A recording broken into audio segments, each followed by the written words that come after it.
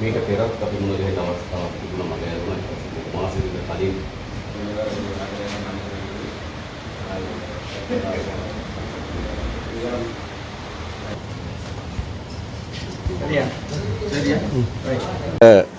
அன்ற சகோதரர் சொன்ன ஒரு பகுதி சகோதரர் சந்திரசேகரர் சொல்லாமல் விட்டுவிட்டார். தமிழ் பேசுகிற மக்கள், தமிழ் மக்கள் தங்களுடைய விடயங்களை தீர்மானிக்கிற உரித்து அவர்களுக்கு இருக்கிறது. அதை நாங்கள் ஏற்றுக்கொண்டிருக்கிறோம் என்பதையும் அவர் சொல்லியிருந்தார். எங்களுடைய பேச்சுவார்த்தை இன்றைக்கு தேசிய மக்கள் சக்தி என்னுடைய ஜனாதிபதி வேட்பாளராக இருக்க போகிற சகோதரர் அனுரகுமார திசாநாயக்க, முன்னாள் பாராளுமன்ற உறுப்பினர் விமால் ரத்நாயக்க, திரு சந்திரசேகரன் மற்றவர்களோடு எங்களுடைய கட்சி தலைவர் அண்ணன் மாவை சேனாராஜோட தலைமையிலேயும் சிரேஷ்ட உபதலைவர் கௌரவ CVK சிவஞானம், மற்றது எங்களுடைய நிர்வாக செயலாளர் திரு குலநாயகத்தோடு நாங்கள் நீண்ட பேச்சுவார்த்தை ஒன்றை நடத்தியிருக்கிறோம்.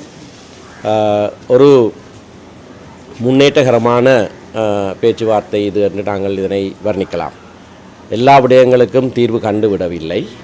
ஆனால் ஒரு ஆரம்ப சம்பாஷணை என்ற வகையிலே ஒருவரை ஒருவர் புரிந்து கொள்ளக்கூடிய வண்ணமான ஒரு உரையாடல் இடம்பெற்றிருக்கிறது. நம்பிக்கை தருகிற ஒரு உரையாடல். நீங்கள் கேட்ட பல கேள்விகள் சம்பந்தமாக நாங்கள் பேசியிருக்கிறோம். அவற்றை எல்லாவற்றையும் பற்றியும் பேசியிருக்கிறோம்.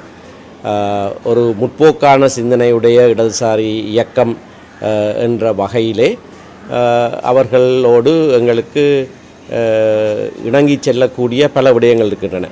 விசேஷமாக ஊழல் ஒழிப்பு,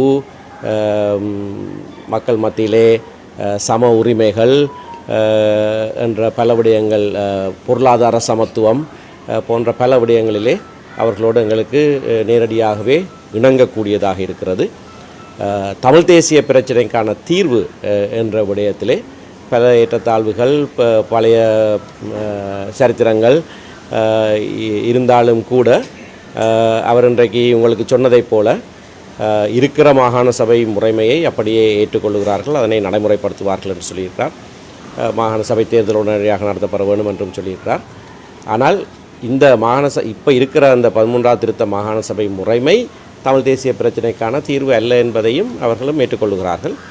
இதிலே இருந்து நாங்கள் முன்னோக்கி போவதற்கான வழிவகைகளை இருதரப்பாரும் இசைந்து சேர்ந்து பேசி முன்னால் செல்ல வேண்டும் என்பதை இரு தரப்பாரும் ஏற்றுக்கொண்டிருக்கிறோம்.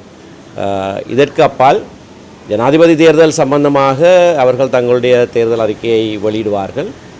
அதற்கு பிறகு அவர்களோடு நடத்தப்படுகிற பேச்சுவார்த்தையையும் அடிப்படையாக வைத்துத்தான் இலங்கை தமிழரசு கட்சி உரிய நேரத்திலே எங்களுடைய தீர்மானங்களை நாங்கள் எடுப்போம். අද ජාතික ජනපලවේගයේ ලෙස අපි සාකච්ඡාවක යෙදුණා. විශේෂයෙන්ම රටේ මතුවලා තිබෙන තත්ත්වයක්, රටේ ආර්ථික තත්ත්වයක්, දේශපාලන තත්ත්වයක් පිළිබඳ අපි සාකච්ඡා කරා. ඒ වගේම විශේෂයෙන්ම අපි ජාතික සමගිය නිර්මාණය කරන්නේ කොහොමද? කියන අපේ රට තවදුරටත් ඉස්සරහට යන්න බෑ. එකිනෙකා ගහමරා ගන්න, එකිනෙක අතර සැකය, අවිශ්වාසය, ක්‍රෝධය තියාගෙන අපිට ඉස්සරහට යන්න බෑ. එනිසා අපි ජාතික සමගිය නිර්මාණය කිරීම සඳහා ගත යුතු ක්‍රියාමාර්ග පිළිබඳ අපි දීර්ඝ ලෙස සාකච්ඡා කරා. මේ වන විටත් 2019 මැතිවරණ ප්‍රකාශනය අපි පළාත් සභාව මේ ආකාරයෙන් ක්‍රියාත්මක විය යුතු බව අපි පිළි අරගෙන තිබෙනවා. ඒ වගේම මෙතනින් එහාට යාම සඳහා අපි සාකච්ඡාවක් ගොඩනැගිය යුතුයි. විශේෂයෙන්ම විවස්ථාමය වෙනස්කම් අවශ්‍ය වී තිබෙනවා. ඒ විතරක් නෙවෙයි, දැන්ට විවස්ථාව තුළ නීති තුලින් ස්ථාපිත කරලා තිබෙන සමගිය සඳහා තිබෙන අවස්ථාවන් අපි තහවුරු කළ යුතු තිබෙනවා. සමහර ඒවා තිබෙන නීතියට විවස්ථාවට පමණක් සීමා වෙලා නීතියෙන් විවස්ථාවෙන් ඔබට ගිහිල්ලා ඒවා ප්‍රායෝගිකව යථාර්ථයක් බවට පත් කර ගැනීම සඳහා ක්‍රියාකාරකම් අවශ්‍යයි. ඒ පිළිබඳ අපි දීර්ඝ සාකච්ඡාවක් යෙදුණා. විශේෂයෙන්ම අපි එකිනෙකා අතර තිබුණු අනවබෝධයන්, අපි එකිනෙකා අතර තිබුණු යම් යම් ගැටලු පිළිබඳව පරස්පරතාවයන් පිළිබඳව දීර්ඝ සාකච්ඡා කරා. ඒ නිසා අපිට හොඳ සාකච්ඡාවක් සිදු කරා කියලා අනාගතයේ පිළිබඳ සුබදායි බලාපොරොත්තුවක් අපි හැම දිනකටම තිබෙනවා. சந்திரசேகரன் சொல்கிறீங்களா? சொல்ல சரி. தேசிய மக்கள் சக்தி என்ற வகையில் இன்றைக்கு நாங்கள் தமிழரசு கட்சியை அவர்களுடைய தலைமுகத்தில் வைத்து சந்திப்பதற்காக வந்தோம். அதன் பொழுது எங்களுக்குள்ளே இருந்த முரண்பாடுகள் அல்லது வித்தியாசங்கள் அனைத்தையும் நாங்கள் மிகவும் ஒரு நீண்ட நட்புறவுடனான ஒரு கலந்துரையாடலை நாங்கள் மேற்கொண்டிருக்கின்றோம். அதே போன்று நாங்கள் 2019 ஆண்டு எங்களால் முன்வைக்கப்பட்ட தேர்தல் விஞ்ஞாபனத்தில் நாங்கள் இப்போது இருக்கின்ற மாகாண சபை முறையை நாங்கள் ஏற்றுக்கொண்டிருக்கின்றோம். அது தொடர்பாகவும் நாங்கள் கலந்துரையாடினோம். அதை நடைமுறைப்படுத்துவதில் சிக்கல் இல்லை என்பதையும் நாங்கள் உரையாடினோம். அதே போன்று அதற்கு அப்பாலும் சென்று புதியதொரு அரசியலமைப்பை உருவாக்குவது தொடர்பாகவும் நாங்கள் பேசினோம். எதிர்வரும் காலங்களில் இந்த நாட்டில் நீண்டு நிலைக்கக்கூடிய ஒரு நிரந்தரமான ஒரு நாட்டை அல்லது மனிதர்களுக்கு இடையில் இருக்கின்ற அன்பு சகோதரத்துவத்தை கட்டியெழுப்புவதற்கான ஒரு செயற்பாடாகவும் நாங்கள் கலந்துரையாடல் மேற்கொண்டோம். ஆகவே இந்த கலந்துரையாடல் என்பது மிக மிக ஆரோக்கியமான அல்லது முரண்பாடுகளற்ற உடன்பாடுகளுடனான முடிந்த ஒரு கலந்துரையாடலாகும். இது முடிவல்ல, இது எங்களுடைய ஆரம்ப கலந்துரையாடல். அதனால் வேண்டி எதிர்வரும் காலங்களிலும் இவ்வாறான கலந்துரையாடல்களை மேற்கொண்டு உண்மையிலேயே ஒரு சமூகத்துக்கு ஒரு ஆரோக்கியமான செய்தியை கொடுக்க வேண்டும் என்பதுதான் எங்களுக்கு இருவருக்கும் இடையில் ஏற்பட்ட இந்த உரையாடலுடைய பிரதானமான குறிக்கோள். ஒரு அதிகார பகிர்வுள்ள ஒரு கோரிக்கையினை முன்வைத்துள்ளார்கள். தமிழர்களுடைய அடிப்படை அபிலாஷையாக கூறப்படுகின்றது. நேற்றைய தினம் தமிழரசு கட்சியுடனான சந்திப்பில் சஜித் பிரேமதாஸ் அவர்களுக்கும் இது முன்வைக்கப்பட்டது. அப்போ அனுரகுமார் திசாநாயக்க இது தொடர்பில் என்ன පලේ වෙලාහැරීම උත්තරනගරහිරේ වෙන්න ඕනේ කියලා තමයි අපේ ජනතාවගේ දැනටම අස්සභා කියන්නේ බලය බෙදා හැරීමක්. ඒ නිසා දැනටමත් ක්‍රියාත්මක වන පළාත් සභා පිළිබඳ අපේ එකඟතාවය පළ කරලා තිබෙනවා. ඒ විතරක් නෙවෙයි අපි පළාත් සභා වලින් දැනට තිබෙන තත්ත්වය විසඳුමක් ඇති නොවී තිබෙන බවත් අපි පිළිගන්නවා. ඒ නිසා එතනින් ඔබට යන ක්‍රියාදාමයක් අපිට අවශ්‍යයි.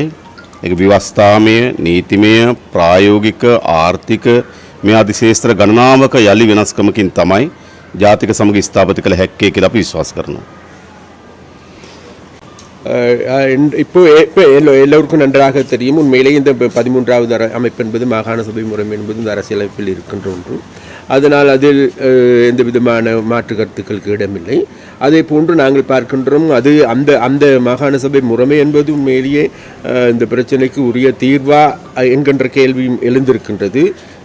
அதே போன்று அதனால் அவ்வாறான தீர்க்கப்படாத இருக்கின்ற பிரச்சனைகளுக்கு புதியதொரு பாதையை, புதியதொரு அணுகுமுனையை முன்னெடுக்க வேண்டும் என்பதிலும் நாங்கள் முனைப்பாக இருக்கின்றோம். குறிப்பாக இந்த ஜனாதிபதி தேர்தலில் போட்டியிடுகின்ற சஜித் பிரேமதாசாக இருக்கலாம், ரணில் விக்ரமசிங்கவாக இருக்கலாம், அனுரகுமார் திசாநாயகவாக இருக்கலாம், 13வது திருத்தம் மற்றும் இந்த மாகாண சபை தொடர்பிலே அதனை முழுமையாக அமுல்படுத்தலாம் என்று தான் கூறி வருகின்றார்களே ஒழிய தமிழர்களுடைய சமஷ்டி தொடர்பாக என்ன ஒழுங்காக பேசுகிறார்கள். විශේෂයෙන්ම අපි හිතන්නේ මේ ප්‍රශ්නේ විසඳීම සඳහා අපි අතර සමගියක් අවශ්‍ය වෙනවා.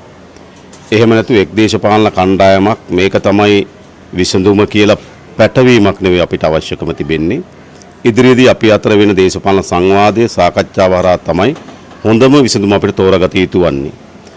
ඒතර අනිත් කණ්ඩායම් කියනවා, හැබැයි කිව්වා වගේ මේගොල්ලෝ ආණ්ඩු කරලා තියෙනවා. අපි කියනවා නම් අපේ ආණ්ඩුවක් කරතේ කියන දේ කරන ව්‍යාපාරය. ஒன்று, இன்றைக்கு எங்களுக்கு எல்லோருக்குமே தெரியும், மற்ற கட்சிகள் இங்கு வருகின்றார்கள், பேசுகின்றார்கள், சொல்லுகின்றார்கள். ஆனால் அவர்கள் இதற்கு முன்பும் ஆட்சி பீடத்தில் இருந்தவர்கள். ஆனால் நாங்கள் எங்களுடைய அரசாங்கத்தின் கீழ் நாங்கள் சொல்வதை செய்கின்ற கட்சி என்பதை சொல்கின்ற செயற்பாட்டை முன்னெடுக்கின்றவர்கள் என்பதை இந்த இடத்தில் நாங்கள் உறுதியாகவும் திடமாகவும் கூறிக்கொள்கின்றோம். அதே போன்று உண்மையிலேயே இந்த ஏனைய பிரச்சனைகள் தொடர்பாக உண்மையிலேயே அது ஒருவர் மீது ஒருவருக்கு மீதான அதிகாரங்களை திணிப்பது பிரச்சனைக்கு தீர்வாக அமையாது என்பது எங்களுடைய நிலைப்பாடு. அதனால் இருசாராரும் அல்லது முன்சாராக இருந்தாலும் சரி அனைவரோடையும் பேச்சுவார்த்தையினூடாக ஒரு புதிய அணுகுமுறையை மேற்கொள்ள வேண்டும் என்பதே எங்களுடைய நிலைப்பாடு.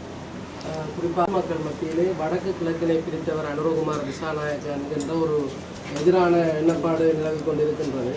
ஆகவே இந்த ஜனாதிபதி தேர்தல் நெருங்குகின்ற நிலையில் இவ்வாறான கருத்துகளுக்கு இவ்வாறான பதில் இருக்குமாறு කරේ කියලා තියෙනවා. ඒකටම කතා. ඔව් ඇත්තටම ඉතිහාසයේ අපි එකිනෙකා අතින් සිදුවෙච්ච සිදුවීම් තිබෙනවා. ඒත් අපි කල්පනා කරනවා අපි ඉතිහාසයේ ජීවත් වෙමින් තිබෙනවද අනාගතය සඳහා දොරටු විවෘත කරගන්නවද? ඉතිහාසයේ අපි සාකච්ඡා කරන්න ගියොත් විවිධ පාර්ශවයන්ට විවිධ කරුණු අපිට ඉතිහාසය පිළිබඳව සාකච්ඡා කරන්න පුළුවන්. වර්තමානයේ අපි ඉන්නේ ඉතිහාසයේ පිළිබඳව නෙවෙයි අනාගතය නිර්මාණය කරගන්නේ කොහොමද කියන එක තමයි අපේ අදහස තිබෙන්නේ. එසේ අනාගතය නිර්මාණය කර ගැනීම සඳහා දෙමළ භාෂාව කරන කතා කරන ජනතාවට දෙමළ ජනතාවට විශේෂයෙන්ම දේශපාලනයේ අයිතීන් පිළිබඳව ශක්තිමත් සහතිකයක් ලබා දී යුතු තිබෙනවා. ඒ වගේම එම ජනතාව පිළිබඳව තීන්දුව తీරන ගැනීමේදී ඔවුන්ට අයිතියක් ලබා දී යුතු තිබෙනවා. මේ ආදී කරුණු පිළිබඳ අපි අවධානය යොමු කළ යුතුයි. අපි හැම කෙනාම ඉතිහාසයත් එක්ක ජීවත් වෙන්න පටන් ගත්තොත් අපිට අනාගතයක් නිර්මාණය කරගන්න හම්බ වෙන්නේ නැහැ. அதே போன்று நாங்கள் கடந்த காலத்திலே வாழ்ந்து கொண்டிருந்தால் உண்மையிலே நம்மளே எதிர்காலத்துக்கான இலக்கையோ அல்லது நோக்கத்தை அடைய முடியாது என்பது இந்த இடத்தில் நாங்கள் ஒத்துக்கொள்கின்றோம். அதே போன்று இன்றைக்கு எங்களுக்கு எல்லோருக்குமே தெரியும், நாங்கள் கடந்த கால பிரச்சனைகளை பற்றி பேசுவதாக இருந்தால் கடந்த காலத்தை பற்றியே பேசிக்கொண்டிருக்கலாம். இப்போ கடந்த காலத்தில் எடுத்த முடிவுகள் எடுத்து சம்பந்தமாக அது சாதகமானதாகவும் பாதகமானதாகவும் இருந்திருக்கலாம். இருந்த போதிலும் கூட நாங்கள் கடந்த காலத்திலே வாழ்கின்ற கட்சி அல்ல, நாங்கள் எதிர்காலத்தை நோக்கி நகருகின்ற கட்சி. அதனால் எதிர்காலத்தை நோக்கி நகருகின்ற போது உண்மையிலேயே நாங்கள் எதிர்காலத்துக்கு தேவையானது என்ன என்பதை யதார்த்தபூர்வமாக சிந்திக்கின்ற நடவடிக்கை எடுக்கின்ற ஒரு கட்சி என்பதை இந்த இடத்தில் கூறிக்கொள்ள விரும்புகிறேன்.